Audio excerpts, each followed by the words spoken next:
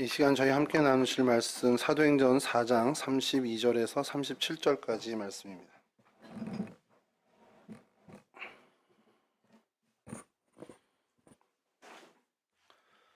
사도행전 4장 32절에서 37절까지 말씀 저를 한 절씩 교독하겠습니다. 믿는 무리가 한 마음과 한 뜻이 되어 모든 물건을 서로 통용하고 자기 재물을 조금이라도 자기 것이라 하는 이가 하나도 없더라.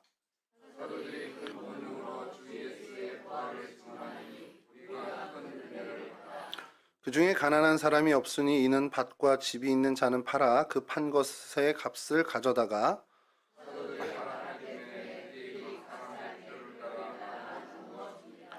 구브로에서 난 레위족 사람이 있으니 이름은 요셉이라 사도들이 일컬어 바나바라 번역하면 위로의 아들이라 하니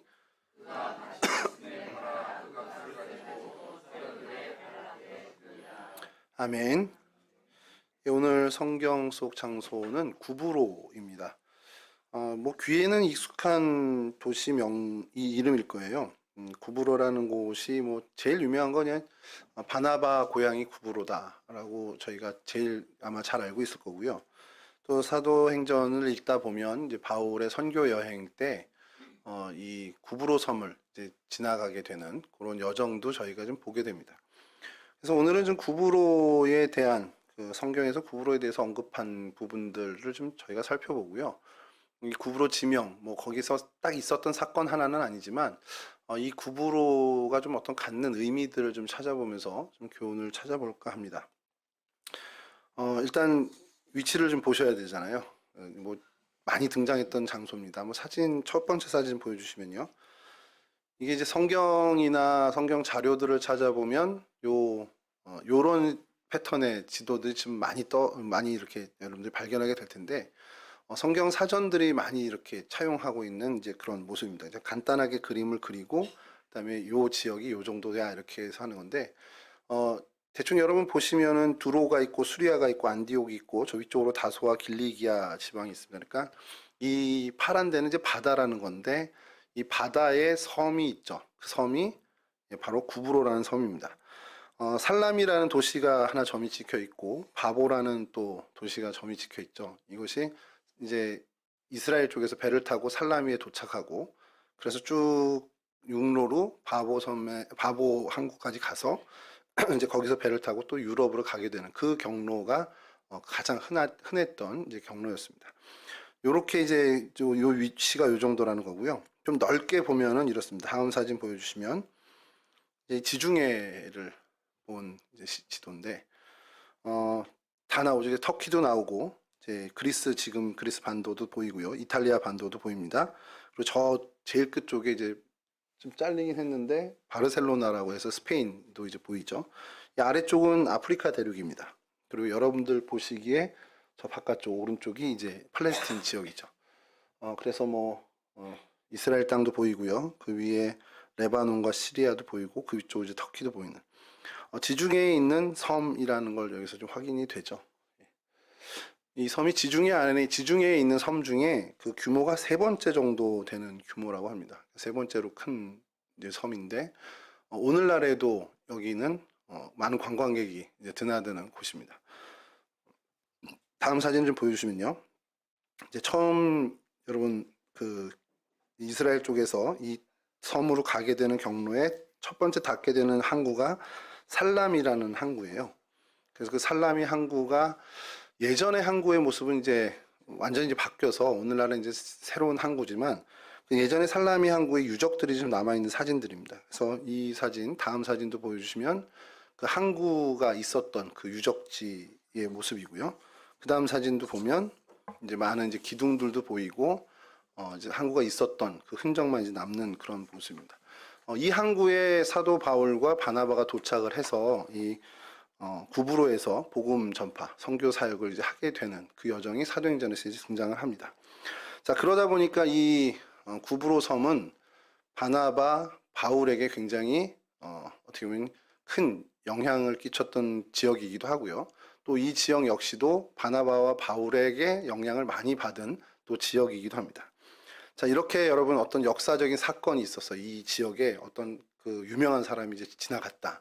그럼 뭔가 사람들은 어떻게 하고 싶어 합니까? 뭔가 흔적을 남기고 싶어 하고 기념을 남기고 싶어 하잖아요. 오늘 제가 우연찮게 영상을 보다가 그러니까 이제 이런 거 좀 찾아보고 막 영상하다가 이 유튜브 알고리즘이라는 게 참 무섭잖아요. 그래서 유적 검사하고 하고 뭐 구부로의 뭐 흔적 뭐 이런 거 하는데 알고리즘이 이상하게 뜨더니 영월이 나오는 거예요. 내가 우리 목사님 밑에서 부목사 하는 걸 아나? 이 유튜브가?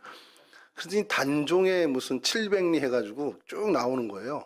그러더니 목사님 그 한반도 모양이 이렇게 돼 있는 강 있잖아요. 서강인가 거기가 서면이었는데 한반도면으로 이름을 바꿨어요. 이 면이 이름을 안 이상한가요? 저는 처음 알아서 너 대단하다 그랬는데 한반도면으로 바꾸고 뭐 광안 무슨 리 뭐 이렇게 해서 나오는데 제가 깜짝 놀란 게 단종왕이 그 어린 16살의 단종왕이 그 갔던 그 길마다 다 기념하는 일들을 뭐 말 모양의 바위도 있고요. 단종이 거기서 서편 해가 질 때 뭐 엎드려서 절했다라고 해서 그 성순왕후를 그리워하는 마음에서 거기서 눈물을 흘렸다는 자리에도 뭐 있고 또 거기 청령포인가요? 그 예, 거기에는 무슨 소나무가 단종의 눈물을 맞아가지고 검게 변했다가 또 다시 색깔을 찾았다가 하는데 그때마다 나라의 국군이 이제 쇠할 때 검색으로 변했다 뭐 이런 막 전설들이 내려오는 거예요. 그래서 사람들이 우리나라 사람이나 이 동네 사람이 다 비슷하구나.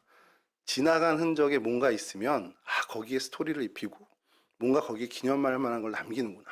그래서 한참 들여다봤습니다. 그래서 제가 몰랐던 단종의 그게 그래서 거기서 2달 만에 수해가 나서 그 관아에 있는 그 임시 거처로 옮기고 그때 이제 거기서 이제 사역을 받고 죽었다는 걸로 이제 오늘 영상이 마무리돼서 한참 그거 보다가 다시 정신 차리고 다시 왔죠. 그랬더니 이 구브로 섬에도요 바나바가 이제 다녀갔던 지역 사도 바울이 지나갔던 데에 뭔가 이렇게 사람들이 남겨놨습니다. 그래서 보니까 다음 사진 보여주시면 딱 보면 뭐 같습니까 여러분?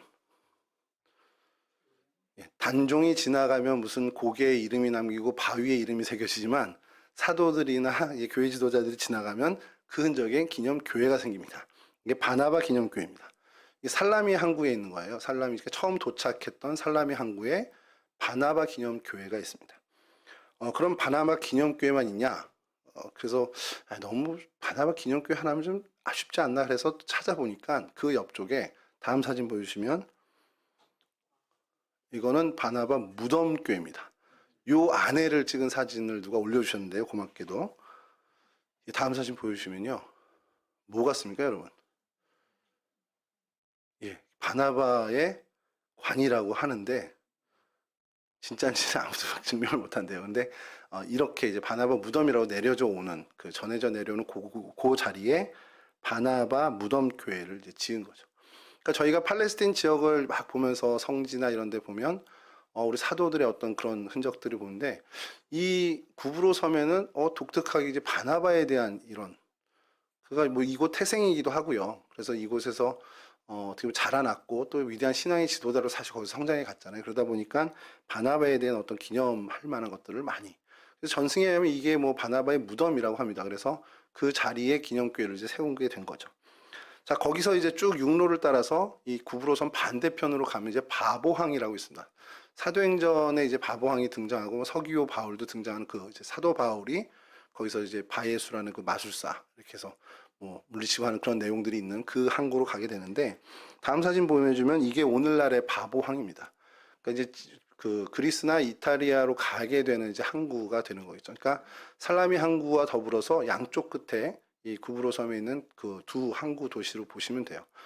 이곳에도 이제 많은 유적들이 있는데 바로 다음 사진 보여주시면 중세 시절에 이제 성을 쌓았던 그런 유적들이 좀 곳곳에 있습니다. 그 전에 이제 중세 이전에 헬라나 로마 문화권의 신전들도 많이 있어요. 여기가 이제 아프로디테라고 해서 그 로마 신의 비너스를 섬기는 그런 동네다 보니까 그런 신전들도 많은데 독특하게 이제 중세의 이런 성체들이 좀 곳곳에 많이 등장한다고 합니다.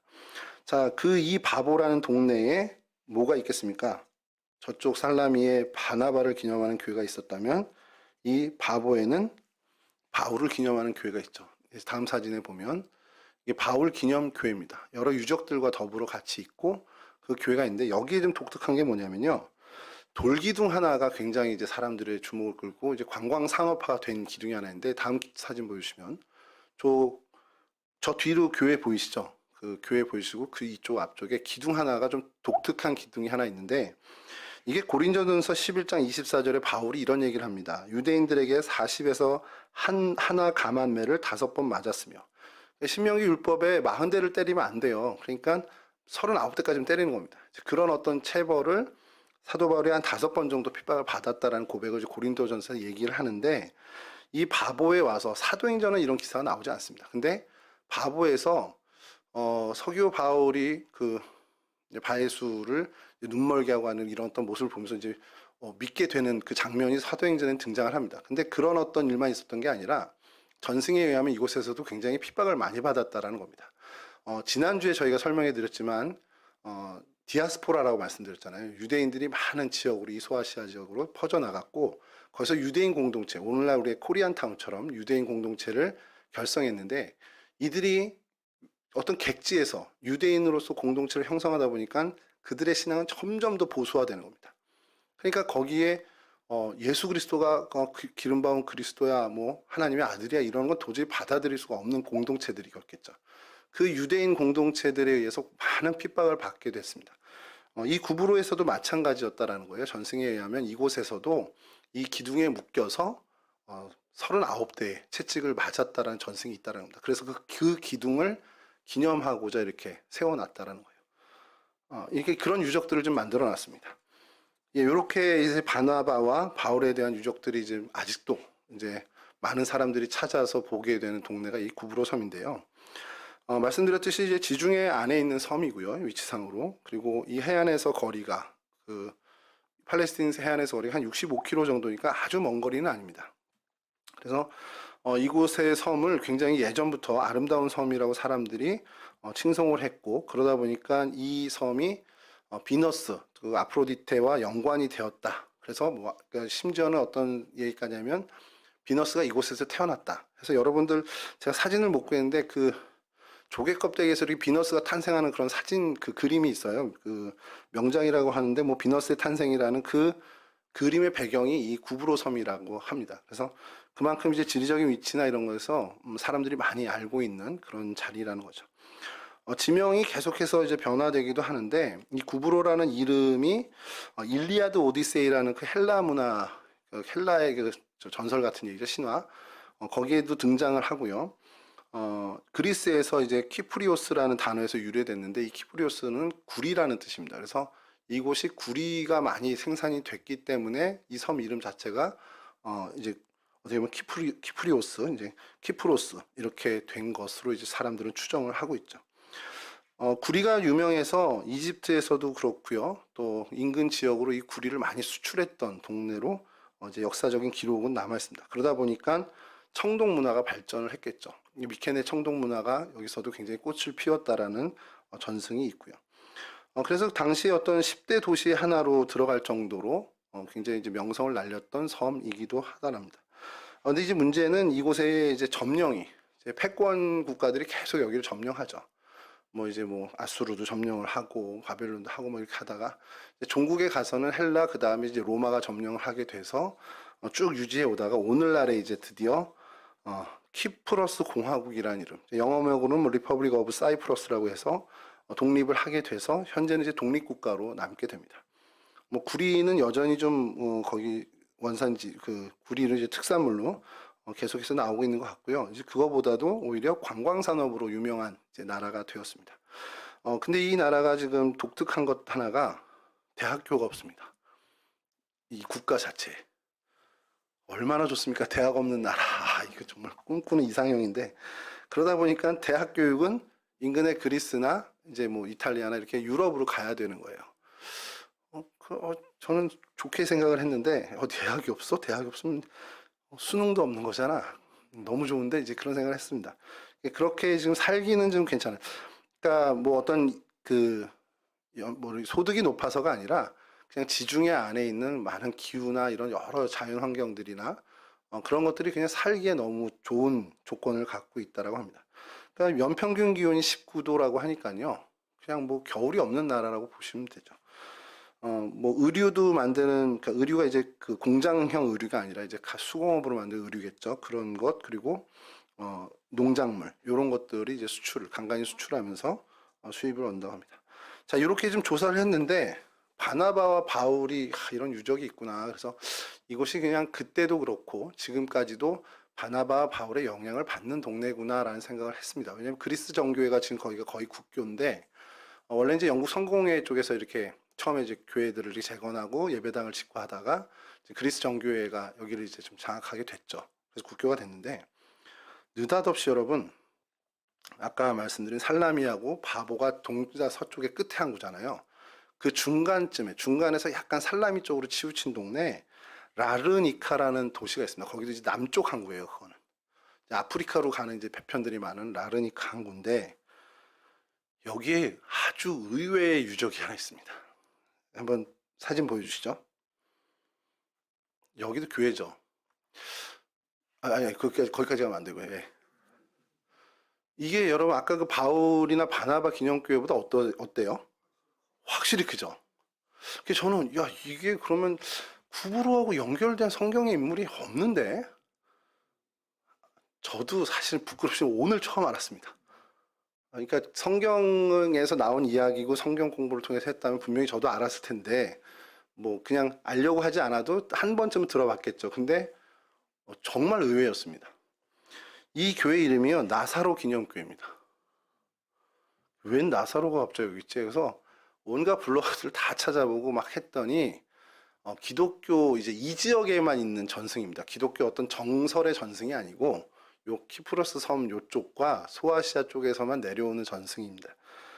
좀 약간 좀 이상한 스토리지만 여러분 이거 그냥 듣고만 흘리세요. 절대 그러니까 정설은 아니고 이제 전승일 뿐인데 나사로가 이제 예수님께서 이제 돌아가시고 나서 가까운 사람이다 보니까 아무래도 표적이 되잖아요. 유대교 사람들한테 저 녀석도 죽여야 된다. 이렇게 왜냐면 나사로로 인해서 많은 사람들이 예수를 따르게 됐거든요. 그 죽어서 소생했기 때문에. 그러니까 피신을 합니다. 피신을 이렇게 해서 여러 경로를 통해서 이 섬까지 왔다는 거예요. 왜냐면 이 키프로스 섬에 그래도 유대인들이 있으니까 숨어 지내기 좋다라는 아마 그런 것 때문에 왔겠죠. 그러니까 예수를 따르는지 모르죠. 그냥 오면 유대인으로만 알고 있는 거니까. 자, 그곳에 왔는데 바나바와 바울이 이제 이곳에서 복음을 전하고 유대교의 어떤 그 핍박을 넘어서서 그리스도인들이 여기서 생겨나게 되잖아요. 그리고 뭐 바나바 바울 이전에도 바나바 자체가 예수 그리스도의 복음을 이제 받게 된 것이 뭐 스데반 때 박해 때문에 그렇게 된 것인지 아니면 그 이전에 많은 복음의 전파자들이 이 키프로스 섬을 지나가면서 예수 그리스도의 복음을 전해서인지 모르지만 바나바 역시도 이미 신앙의 어떤 성숙을 이룬 사람으로 이 구브로 출신으로 그런 어떤 위대한 신앙의 그 선율을 올렸단 말이죠. 그러니까 이 지역에 예수 그리스도를 믿는 그리스도를 따르는 사람들이 그래도 있었던 거라는 겁니다. 뭐 바나바 바울 이후로 더 왕성해졌겠지만요. 여하튼 그러다 보니까 이 안에도 교회가 생겼을 거 아니에요. 그리스도인 공동체가 생겼을 거고. 자, 이건 여기서부터는 전승입니다, 여러분. 자, 바나바 바울이 선교를 오고 둘이 이제 또 유럽 갔다가 2차, 3차 선교여행 지나갈 때 두 번째 선교여행으로 사도 바울이 바나바와 결별을 하고 신라와 함께 이곳에 오게 됩니다. 자, 그때 이 교회 공동체에 뭔가 지도자를 세워야 된다는 거예요. 그래서 바울이 나사로를 주교로 세웠다는 겁니다. 황당하지만 들으세요.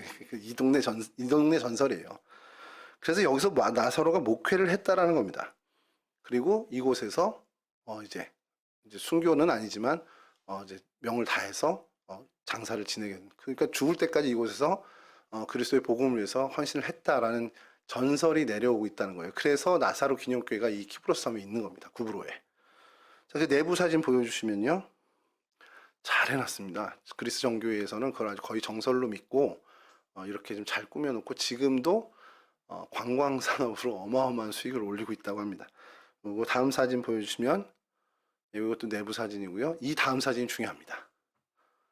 뭐 같습니까, 여러분? 뭔가 좀 쎄하지 않으세요? 뭔가 박물관 같은 느낌. 이게 무덤이에요.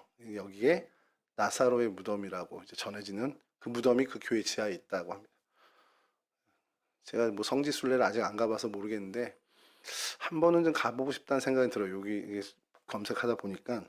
그래서 이런 어떤 구브로 섬에는 우리가 생각하지도 못한 기독교 전승에 의한 전설들도 있고 여하튼 그 기독교에 대한 어떤 그 생각들, 유산들이 사실 많은 그 면적에 비해서 저희가 성경에서 이야기하는 어떤 그 언급되는 거에 비하면 참 많은 어떤 기독교 유산들이 좀 있는 동네구나라는 것을 좀 알게 됩니다. 이 나사로를 기념하는 교회가 구브로에 있다라는 게 이게 굉장히 독특한 일인데 뭐 그런 일들이 유럽에 가면 또 많이 있죠. 뭐 유럽 저쪽 뭐 스페인 쪽에는 또 무슨 사도 누구의 무덤이 있다 뭐 이런 부터 해서 그러니까 이제 기독교 전승들이 참 많은데 성경에는 없는 그런 것들이 사실 뭐 다 전설에 믿지 못해 이런 게 아니라 우리의 신앙을 좀 더 그래도 풍요롭게 해주는데 순기능을 하는 것들은 분명히 있다라는 거죠. 그런 부분들에 대해서도 그냥 듣고선 그럴 수 있겠구나라는 생각을 하면서 그냥 넘어가면 좋을 것 같습니다. 그래서 이 구브로에는 이 기독교 유산 말고도요 로마 시대나 헬라 시대의 어떤 유물들이 참 많이 발견이 되는데 아까 말씀드린 살람이나 이런 바보에서는 뭐 체육관이나 극장, 원형 경기장 같은 이제 로마 시대의 유물도 유적들도 많이 나오고요. 굉장히 잘 보존되어 있는 로마 주택도 이제 발굴이 되는 어떤 그런 고고학적인 어떤 의미도 있는 동네라고 합니다. 이런 동네가 이제 성경에서 좀 어떻게 언급이 되는지를 좀 살펴보려고 하는데요. 이게 구브로 그러면 저희는 잘 모르는데 구약에도 여기를 지칭하는 그런 내용들이 구약에도 좀 등장을 합니다. 창세기 10장 4절인데요. 야완의 아들은 엘리사와 달시스와 기띔과 도다님이라. 여기서 기띔이라는 단어가 이제 괴롭게 하다라는 뜻의 어떤 그 단어인데 사전적으로는 이 구브로의 이 지명이 기띔으로 등장을 합니다. 그래서 이 야완의 아들인 기띔이 그곳에 가서 정착을 해서 기띔이 됐는지는 그 성경학자들은 연구 중이긴 한데 뭐 이제 밝혀낼 방법은 사실 없죠. 근데 이 당시에 이 섬, 이 구브로 섬을 구약에서는 기띔이라고 불렀다라는 이제 그 성서 고고학자들의 결과가 있습니다. 이곳의 원주민들은 헬라인으로 봅니다. 이제 그 유럽에서 건너온 헬라인으로 보고 그 주대는 헬라인인데 이제 부수적으로 베니게인들도 페니키아 사람들도 좀 많이 있었다라는 것으로 전해지고 내려오고요. 그래서 성경에서도 이야기합니다. 사도행전 11장 19절인데요. 그때 에스데반의 일로 일어난 환란으로 말미암아 흩어진 자들이 베니게와 구브로 안디오까지 이르러 유대인에게만 말씀을 전하는데, 그러니까 기독교인들, 유대인들도 많이 건너가게 된 그런 기사들이 있고요. 바나바의 고향이었던 것으로 잘 알고 있고 성경에서도 그렇게 계속 등장하고요. 또 이제 사도행전 13장 4절을 보면 두 사람이 성령의 보내심을 받아 실루기아에 내려가 거기서 배 타고 구브로에 가서 선교 여행을 성령께서 이끌어서 이 구브로 섬으로 가게 되는 기사도 성경에 등장을 합니다. 말씀드린 것처럼 이 구리의 생산지로 유명했었고요. 이 기띔이라고 구약에서 불려졌던 이름은 괴롭게 하다라는 것. 그러니까 이 동네가 사실은 이건 이제 역사학자들이 좀 밝혀낸 이거는 정말 전승이 아니라 정설에 가까운데 구리가 왜 거기서 많이 채굴이 됐을까? 구리가 많이 채굴되려면 뭐가 필요할까 생각을 해본 겁니다. 역사학자들이. 구리가 많이 채굴되려면 광산이 있어야겠죠. 광산이 있으려면 광산에서 구리를 채굴하려면 노동력이 필요합니다. 그럼 그 노동력을 어디서 구했을까라는 거예요. 그래서 역사학자들이 찾아낸 그 자료에 의하면 이곳이 유배지였던 기록들이 있다는 겁니다. 그래서 이 사람의 어떤 형을 가할 때 우리는 이제 징역형을 가하는 것처럼 야, 얘 저기 보내서 구리 캐게 해. 이렇게 하는 거예요. 그러니까 그래서 구리가 많이 생산이 되면서 그 섬 이름이 구리섬이 돼버리는 거예요. 이게 굉장히 좀 아이러니하지만 그렇게 되는 그런 과정입니다. 그러니까 구약의 기띔이라는 동네의 이름이 사실 어떻게 보면 응하게 된 것처럼 여길 수 있는 거죠. 괴롭게 하다, 괴롭다라는 뜻의 그 섬. 그러니까 이곳은 평안을 얻지 못하는 땅인 겁니다. 이사야에서도 이렇게 얘기해요. 이사야서 23장 1절에 두로에 관한 경고라 다시스의 배들아 너희는 슬피 부르짖을지어다 두로가 황무하여 집이 없고 들어갈 곳도 없으며 이 소식이 기띔 땅에서부터 그들에게 전파되었습니다. 그러니까 두로가 평안히 가지 못할 거야, 그냥 망가질 거야 이런 것들이 기띔 땅에서부터 그 소식이 전해지는 어떤 그런 이사야에서의 예언이 있는데요. 그 뒤에 이어지는 23장 12절에서 이럽니다. 이르시되 너 학대받은 처녀딸 시도나 네게 다시는 희락이 없으리니 일어나 깃딤으로 건너가라. 거기에서도 네가 평안을 얻지 못하리라 하셨느니라. 그러니까 평안을 얻지 못하니까 이리저리 막 유리하고 방황하다가 기띔이라는 성까지도 넘어갈 거예요. 갔는데 너 거기 가서도 너 전혀 평안을 얻지 못할 거야. 라는 어떤 이제 성경에서도 이 구브로 기띔을 가리켜서 평안을 얻지 못할 땅이라고 이사야에서 언급을 합니다. 그러니까 그만큼 여기는 어떻게 보면 불안한 땅, 어떻게 보면 불화의 땅, 어떻게 보면 염려의 땅이 되는 그런 것이었죠.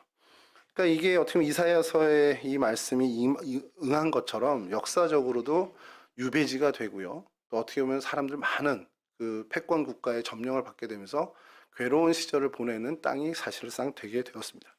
그러니까 이제 도피처라는 거죠. 그러니까 아수르에게 쫓긴 시돈 사람 또 두로 사람들도 이제 아수르가 몰려오니까 저 동쪽에서부터 몰려오니까 배를 타고 이제 섬으로 피난을 합니다. 그래서 이 구브로에 피난을 가는 그런 그 시절도 있었고 이후에 헬라의 침공을 받은 이후에는 명백하게 기록이 남은 것은 유배지로서 사람들 죄인들을 보내는. 그러니까 예전에 뭐 호주가 그 뭐 대영 제국의 어떤 그 유배지였다라고 하는 얘기를 제가 세계사 때 들은 것 같은데 그런 식으로 헬라 제국에서 뭔가 범죄하고 뭔가 이 사람을 벌을 줘야 된다 그러면 이곳으로 보내서 광산에서 일을 하게 했다라는 기록이 있다라는 겁니다. 그래서 구리 생산에 동원돼서 어떻게 보면은 어떻게 보면 유배지 또 도피처 어떤 고역의 자리가 된 것이 이 구브로 섬이라는 거죠. 성경에서는 그렇게 계속해서 기술하고 있습니다. 그러니까 역사적으로 그리고 또 성경 안에서도 평안을 얻지 못할 땅. 그러니까 격동기마다 계속해서 혼란기를 갖고 주인이 바뀌면서 계속 수탈당하고 그러니까 계속해서 어떻게 보면 평안하지 못하는 그런 역사를 계속 갖고 지내는 땅이었습니다. 그러니까 어떻게 보면 이 말씀드렸던 그 괴롭게 되는 이 기띔이라는 단어가 괴롭게 하다 또 누추하다 어떤 이런 뜻을 갖고 있는데 그 이름처럼 계속해서 그 역사에서 그런 운명처럼 겪게 됐다라는 거죠.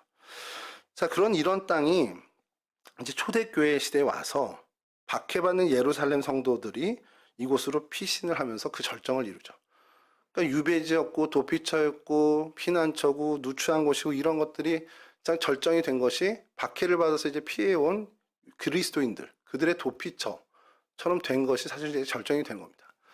그러니까 이 땅은 어쩔 수 없어 그냥 이렇게 정말 힘든 곳이고 평안하지 못한 땅이고 그렇게 되겠구나라는 것이 이제 성경에서 어떻게 보면 계속 이어져야 가는데 여기서부터 대반전이 일어나는 거예요. 성경에 등장하는 이곳이 구약 내내 너는 평안을 얻지 못할 땅이야. 넌 불안한 땅이야. 넌 누추한 땅이야. 넌 괴로운 땅이야. 계속 그렇게 일관되게 오다가 그리고 역사에서도 뭐 헬라권에서도 그렇고 아수르로 인해서도 그렇고 계속해서 패권 국가에서 시달리던 땅이었는데 이 사도행전에 와서 신약에 와서 초대교회 교인들이 이곳으로 핍박을 피해 건너간 것이 완전히 대반전을 이루게 되는 것이 이 유배지였고 누추한 도망자들의 처소였고 또 박해를 피해서 도피한 예루살렘 성도들로 인해서 이곳이 복음화가 되더라는 겁니다. 사도행전 11장 19절에서 20절인데요. 다시 한번 반복해서 읽어드리겠습니다. 그때 스데반의 일로 일어나 환란으로 말미암아 흩어진 자들이 베니게와 구브로와 안디오까지 이르러 유대인에게만 말씀을 전하는데 그 중에 구브로와 구레네 몇 사람이 안디옥에 이르러 헬라인에게도 말하여 주 예수를 전파하니. 그러니까 이게 복음의 전파가 이루어지고 복음의 전달자의 역할까지도 나아가는 어떤 그러한 계기가 되더라는 겁니다. 구브로 사람들이 이제 복음을 듣게 되고 그래서 구브로가 복음화가 되고 그곳에 어떤 주 예수 그리스도를 따르는 그리스도인들이 일어나게 되고요. 근데 그것이 어떤 믿음의 전향만 있던 것이 아니라 그들이 지난주에도 우리가 살펴봤지만 안디옥에까지 가서 헬라인에게 복음을 전하는 그런 복음의 도구로까지 대전환을 맞이하게 됐다는 거죠.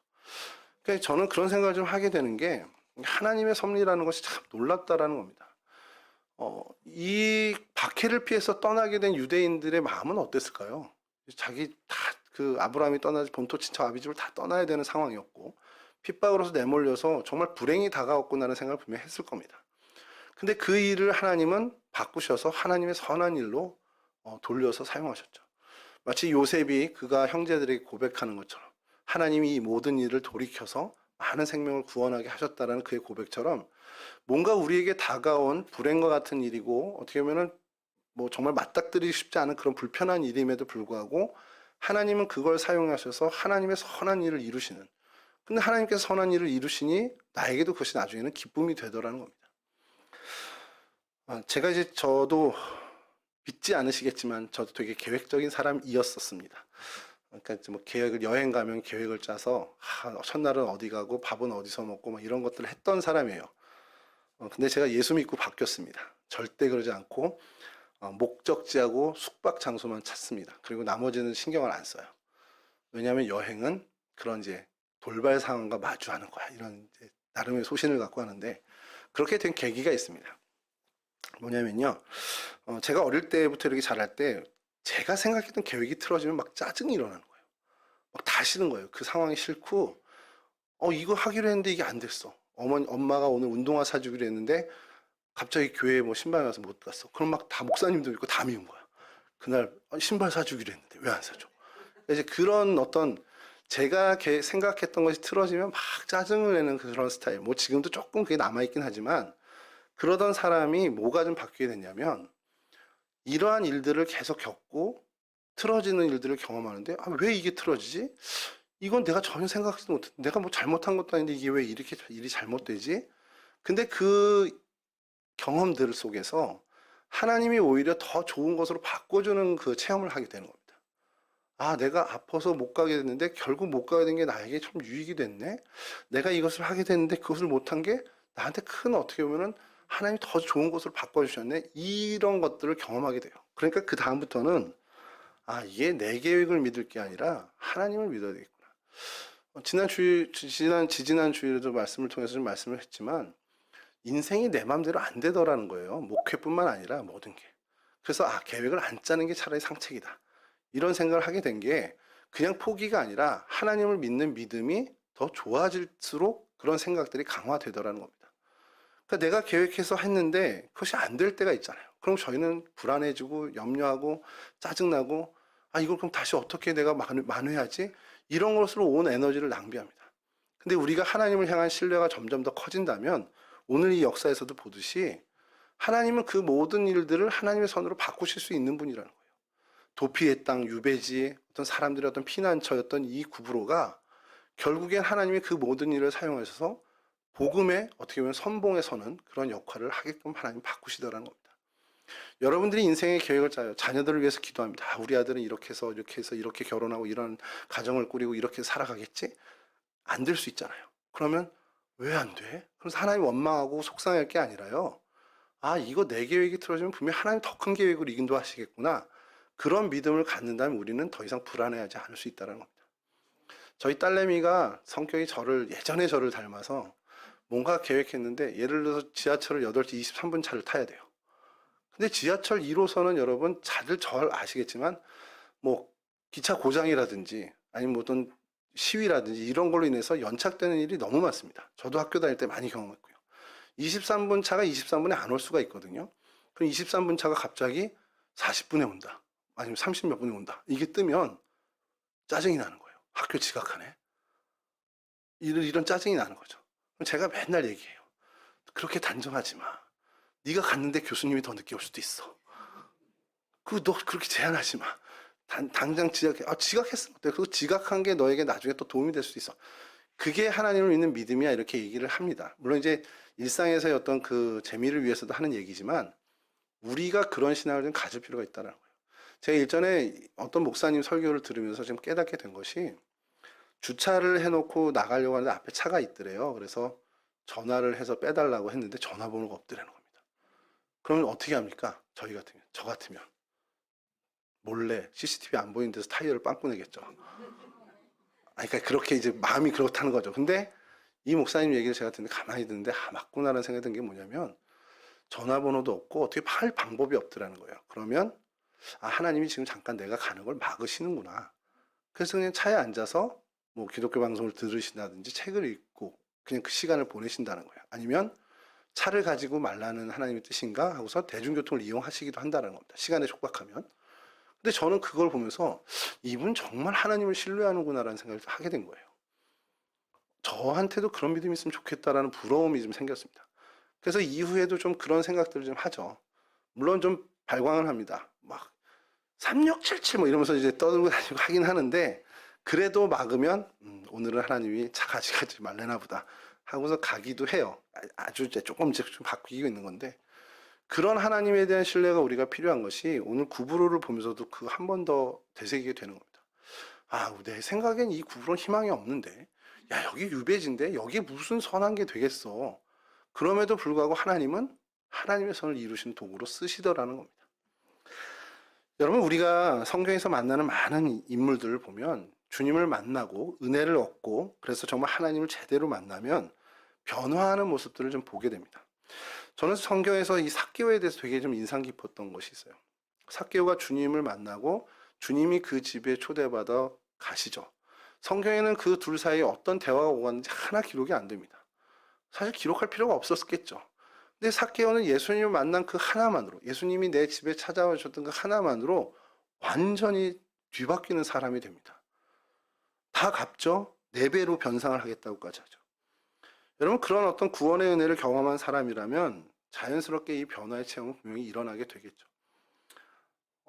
여러분, 이 구브로라는 곳이 어떻게 보면 구약에서 계속해서 언급한 것처럼 이곳은 어떻게 보면은 죄악의, 그러니까 하나님과 무관한 도시의 모습을 갖고 있습니다.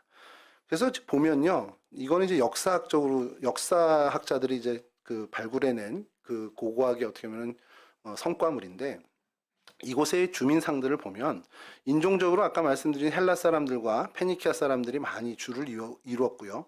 이제 소아시아 지방에서 여러 사람들이 유입됩니다. 근데 이 헬라 문화 자체가 우상 숭배가 강하다 보니까 이곳에서 우상 숭배가 성행했는데 특별히 이 미케네 사원에서 짐승 숭배가 성행을 했던 것이 역사학적으로 드러났어요. 그러니까 짐승을 엄청나게 숭배하고 또 많은 이제 정령들을 숭배하는 사상들이 만연했던 동네가 바로 이 구브로입니다. 그러니까 이 구약에서 이 구브로에 대해서 정말 괴로운 땅, 그러니까 정말 부정적으로 기술할 수밖에 없는 그런 모습을 가진 우상 숭배의 땅이었다는 겁니다. 근데 거기에 더해서 역사학자들이 발견해낸 자료가 뭐가 있냐면 이들이 해양 민족이다 보니까 거친 사람들이에요. 그러니까 일찍부터 해양 기술이 발달해서 험한 바다를 무대로 생활하다 보니까 이 사람들은 어떻게 거칠어질 수밖에 없고 또 전쟁에 익숙해질 수밖에 없고 싸움을 즐기는 호전적인 사람들로 바뀌게 된다는 거예요. 그래서 이 동네에서 어떤 일이냐면 전쟁에서 공을 세운 사람만 인정받는, 그러니까 전쟁 영웅만 좀 사람 대접받는 그런 문화가 있었다는 겁니다. 그러니까 어떻게 보면 왜소한 사람들이나 어떤 피지컬로 좀 이렇게 앞서지 못한 사람들은 사람 취급 못 받는 그런 문화, 그러니까 어떤 육체에 보이는 것에만 집착하는 그런 문화도 만연했던 동네라는 겁니다. 이건 하나님의 그 뜻, 어떻게 보면 복음의 정신과 전혀 위배되는 어떤 문화라는 거죠. 그러니까 이 뭐 역사학적으로 되든 구약에서 이야기하는 것이든 간에 이곳은 정말 어떻게 보면 죄악의 도시라고 불릴 만큼 하나님과는 전혀 무관한 땅이었다라고 볼 수 있다라는 거죠. 근데 그런 모습이 이 사람들만의 모습이겠냐는 거예요. 오늘 살아가는 크리스찬들에서 복음을 제하고 하나님의 말씀의 정신을 제한다면 우리가 이 땅에서 살아갈 때 세상의 방법을 쓴다면 우리도 똑같은 기준으로 살아가는 사람들이 될 수밖에 없다는 겁니다. 세상에서 성공하기 위해 세상의 편법을 쓸 거고요. 세상에서 잘 살기 위해서 세상의 방법을 사용할 수밖에 없을 거라는 겁니다. 이들은 정말 세상에 철저했던 사람인 거예요. 하나님과 무관하고 세상에서 잘 살기 위해서 세상의 방법에 완전히 올인했던 사람들이라는 겁니다. 오늘날 저희들도 마찬가지인 것이 복음을 제한다면 하나님의 말씀, 그러니까 하나님 성령 하나님이 우리를 주장하시는 것을 제한다면 우리도 세상에 노예될 수밖에 없는 우상 숭배자가 될 수밖에 없는 본질적으로 틀리지 않은 사람들이라는 거죠. 뭐 이전에 그런 경우도 있었을 수 있습니다. 뭐 어떻게 보면은 내가 예수 믿기 전에 이렇게 살았는데 그런 간증들을 하는 분들도 계시겠죠. 그러니까 정말 이런 죄와 사망의 올무에서 우리를 건져주신 예수 그리스도가 아니라면 우리도 이 구브로 사람들과 별반 다르지 않은 인생을 살아갔을 사람들이라는 거죠. 근데 이런 이들에게 이 땅에 바뀌게 된 단 하나는 구원의 복음밖에 없었다는 거예요. 구원의 복음이 전해지고 예수 그리스도의 어떤 은혜가 임하자 삭개오가 변화된 것처럼 이 땅이 변화되더라는 겁니다. 여러분, 그러면 우리 희망이 있다라는 거예요. 우리의 인생도 인생이 왜 이러지? 좀 반전이 없나? 이렇게 생각할 때에 우리의 인생에 하나님의 은혜만 임하면 우리의 인생은 대반전을 이룰 수 있다는 겁니다. 그렇다고 우리 인생이 지금 난 만족하지 못해 이게 아니라 그러니까 우리가 정말 힘들고 어려운 상황이라 할지라도 우리가 낙심하지 않고 내 상황이 어떻게 보면 궁지에 몰리고 위기에 몰렸다 해도 우리가 희망을 잃지 않아도 되는 것은 하나님이 함께 하신다면 다 모든 것이 반전이 될 수 있다는 걸 우리는 믿는 믿음으로 살아야 한다는 것이죠. 여러분 이곳에 구원의 복음이 임하니 그 우상숭배 땅 죄악의 땅이 변화돼서 어떻게 보면은 신앙 지도자 바나바와 같은 사람이 나올 정도 그런 바나바를 배출할 정도로 엄청난 복음의 산실로 바뀌게 되더라는 겁니다. 이전에 죄와 사망이 지배하던 섬에서 이젠 생명과 구원의 복음이 지배하는 섬으로 바뀌는, 죄가 더했던 곳에 은혜가 더욱더 넘치는 그러한 하나님의 대반전의 역사가 일어나더라는 거죠. 구브로의 바나바뿐만이 아닙니다. 바나바만이 이렇게 등장한 것이 아니고요. 뭐 이곳 출신은 아니지만 사도 바울을 통해서 어떻게 보면 이렇게 사도 바울이 이름이 사울에서 바울로 변화되는 것이 바로 이 구브로 섬이잖아요. 그러니까 그렇게 많은 사람들의 어떤 그 신앙의 변화를 그리고 어떤 신앙 지도자들을 세워가는데 큰 순기능을 했던 그런 곳이라는 겁니다. 그리고 말씀드렸듯이 안디옥 교회를 세울 때에 구레네 사람들과 이 구브로 사람 몇몇이 가서 헬라인에게 복음을 전하면서 최초의 이방 교회인 헬라 교회인 안디옥 교회가 세워지는 그 놀라운 역사의 주역으로도 하나님이 사용해 주셨다는 것이죠. 여러분 이런 모습을 보면서 지난주에 저희가 지난주에 우리가 그 구레네와 오늘 구브로를 보면서 저는 좀 생각이 드는 것이 우리의 현실과 우리의 형편은 이제 아무 문제가 없구나라는 것을 다시 한번 깨달았으면 좋겠다는 겁니다. 저에게도 핸디캡이 있죠. 여러분 각자에게도 다 우리는 핸디캡이 있습니다. 하나님이 쓰시기에 나 같은 사람 쓰실까 할 만한 사람들에게 말하지 못한 어떤 그런 자신의 내면적인 것도 있을 수 있고요. 뭐 저처럼 드러나는 뭐 이런 비만이라든지 체력 저하 이런 것도 있을 수 있습니다. 그러나 그게 문제되지 않는다라고 하나님이 오늘 말씀해 주시는 거예요, 저한테. 야, 너 뚱뚱해? 그거 내가 너 쓰는데 아무 상관없어. 너 체력이 약해? 내가 쓰는데 아무 이상 없어. 너 성격이 좀 모났니? 내가 너 쓸 때 그건 아무 문제 되지 않아. 우리가 하나님의 은혜를 얻고 하나님이 쓰시기만 한다면 그 모든 우리를 둘러싼 형편과 상황 이런 것들은 아무 문제가 되지 않는다고 지난주와 오늘 구레네와 이 구브로를 통해서 하나님 우리에게 말씀해 주신다는 거죠. 그래 우리 낙심하지 않았으면 좋겠습니다. 여러분 근데 한 가지 더 뭐냐면 내 자신에게 그렇게 낙심하지 않았으면 좋겠고요. 하나 더 나가서 여기 이제 어머니 아버지들이 많으시니까 자녀들에 대해서 낙심하지 않았으면 좋겠습니다. 우리의 아무 생각도 힘든데 못 믿겠죠? 아들 믿으실만 해요? 아들, 딸 보시면 전 저희 아들 보면 정말 못 믿겠는데 쟤 어떡하지? 이런 생각 먼저 앞서죠. 고등학생이기도 하지만 근데 제가 늘 입버릇처럼 설교하고 말했던 걸 제가 잊었던 게 있더라고요. 그 녀석은 믿을 만하지 못합니다. 근데 저희 아들과 함께하는 하나님은 정말 믿을 만한 분이에요. 여러분들의 자녀 믿지 못할 부분들이 있죠. 약한 부분이 있습니다. 엄마 아빠의 눈으로 보면 믿업지 못한 부분이 더 많겠죠. 근데 그 자녀와 함께 하신 하나님이 계십니다. 그분은 믿을만 하죠.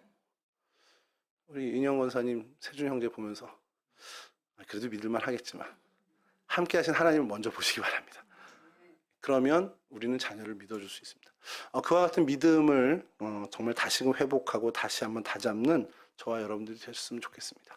이와 같은 은혜의 주인공들이 되시기를 주님의 이름으로 간절히 축원합니다.